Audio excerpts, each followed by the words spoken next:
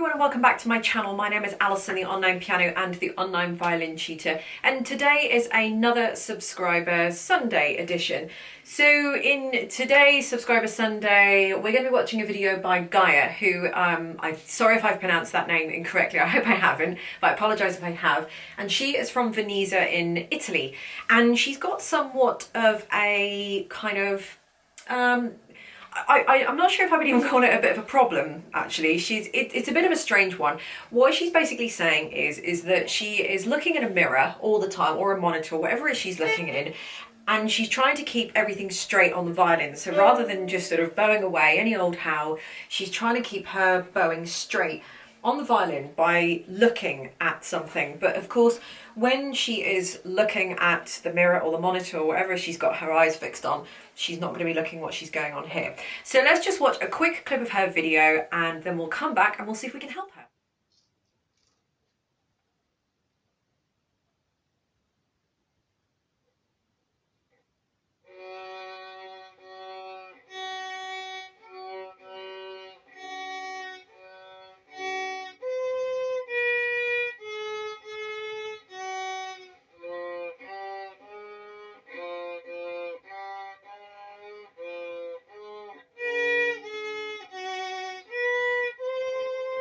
Okay, so as I said, I'm not sure I would really consider it a bit of a problem. It's a bit of a good problem to have, really, because most people I see just end up bowing like that, and that's not very good. Whereas she's kind of got the other way round problem, where she's bowing, her bowing is perfect. I think she's got that down perfectly. So she wants to know where she looks. So I think the next step for her would be to look at the fingers. So stop looking at the monitor, stop getting used to looking at the monitor or the mirror, and just look at what your fingers are doing and look at what the music is doing. You should have the music just slightly to the right hand side of your fingers. So for example, if you were the music, I would sort of be playing like this. So if I look directly at the camera, you would be the sheet music, and then my fingers would be almost sort of just slightly off center to the sheet music. So that's where I'd want to be looking, my fingers, the sheet music, my fingers, the sheet music. So you can see I'm just literally glancing more or less up, and the line of vision is just sort of a slight diagonal line.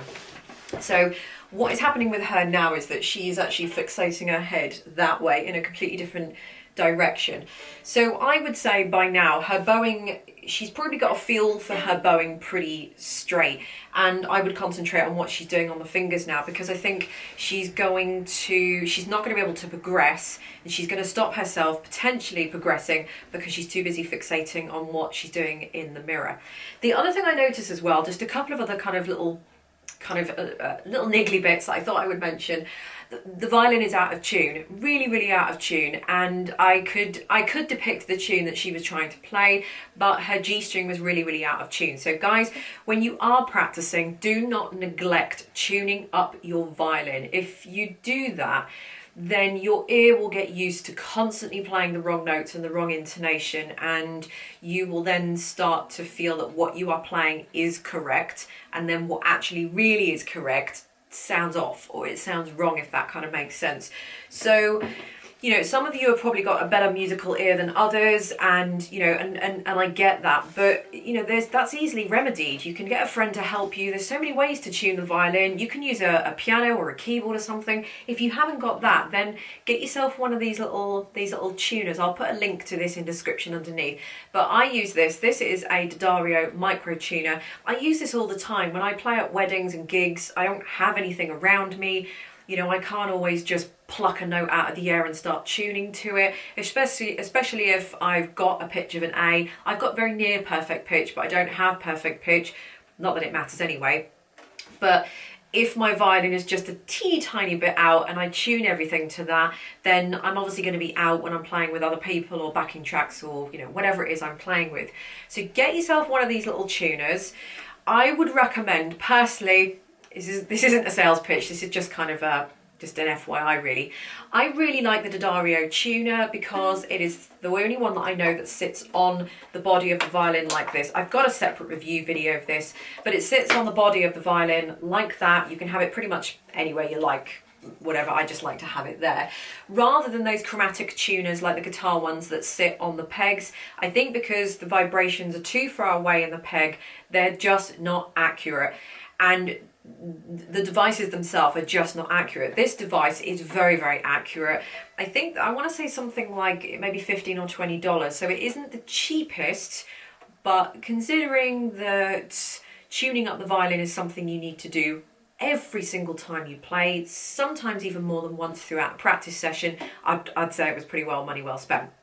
So you can use a tuner like this to tune up your violin, and you know, there's no excuse for it really. So the other thing I wanted to talk about is just the bow. I noticed that she's got a very, very stiff hand and her little finger is very stiff. I would like to see that a little bit more relaxed. Her hand generally looks okay. The position of everything generally looks okay. I think I would just like to see the wrist up a little bit more and the fingers just curved over, and just relax a little bit more. Generally when I see a bow hold like that, where the little finger is you know, you can see that there's nothing soft with the bow hold, and there's absolutely no flexibility in there because you can just see that everything is kind of rigid. What I kind of see with that is that something is working too hard. So if you've got a correct bow hold, whether you've got the Franco-Belgian bow hold, a combination or a hybrid of that, or the Russian bow hold, whatever bow hold you've got, as long as it is correct, I would say that all the fingers need to be working as equally as hard. So if you feel that your index finger is taking more of the weight than the other fingers, then readjust your positioning so that every single finger is pulling its weight. It's like, think of your hand as a team. No one team member should be working harder than the other, and if it is, the others are slacking off, so you want to whip them all into shape. So it might be that you need to adjust where your thumb is, you might need to curve your fingers around a little bit more, but make the adjustments so that everything feels like it's pulling its weight. If you're doing that and the bow generally feels heavy, then you might want to invest and just get a slightly lighter bow to help you. A lot of these cheaper student quality bows, they're so heavy and they're very, very, very poorly weighted, and that can kind of hinder you. That's another reason to sort of not go too cheap when buying a violin. So there we go. I hope that has helped you, Gaia, and anybody else out there that might be experiencing something very, very similar. And if you, the opposite problem as well, if you are finding that you are playing quite a lot like that and you're seeing a lot of rosin on the fingerboard and too close to the bridge, then take a leaf out of Gaia's book and do what she's doing, playing in front of a mirror, because it goes a very, very, very long way into getting good tone and good posture. And because she is bowing straight, she's going to get fantastic tone just purely because she is bowing straight and she's blowing in the right place all the time and the bow isn't waving about over the violin. So thank you very much for watching. I hope that has helped you. If you've got a similar problem or something like that, then head to the details underneath this video and you can send your video in to me and I might be able to feature it on my channel. So thank you very much for watching, and I will see you in next week's Subscriber Sunday video. Bye.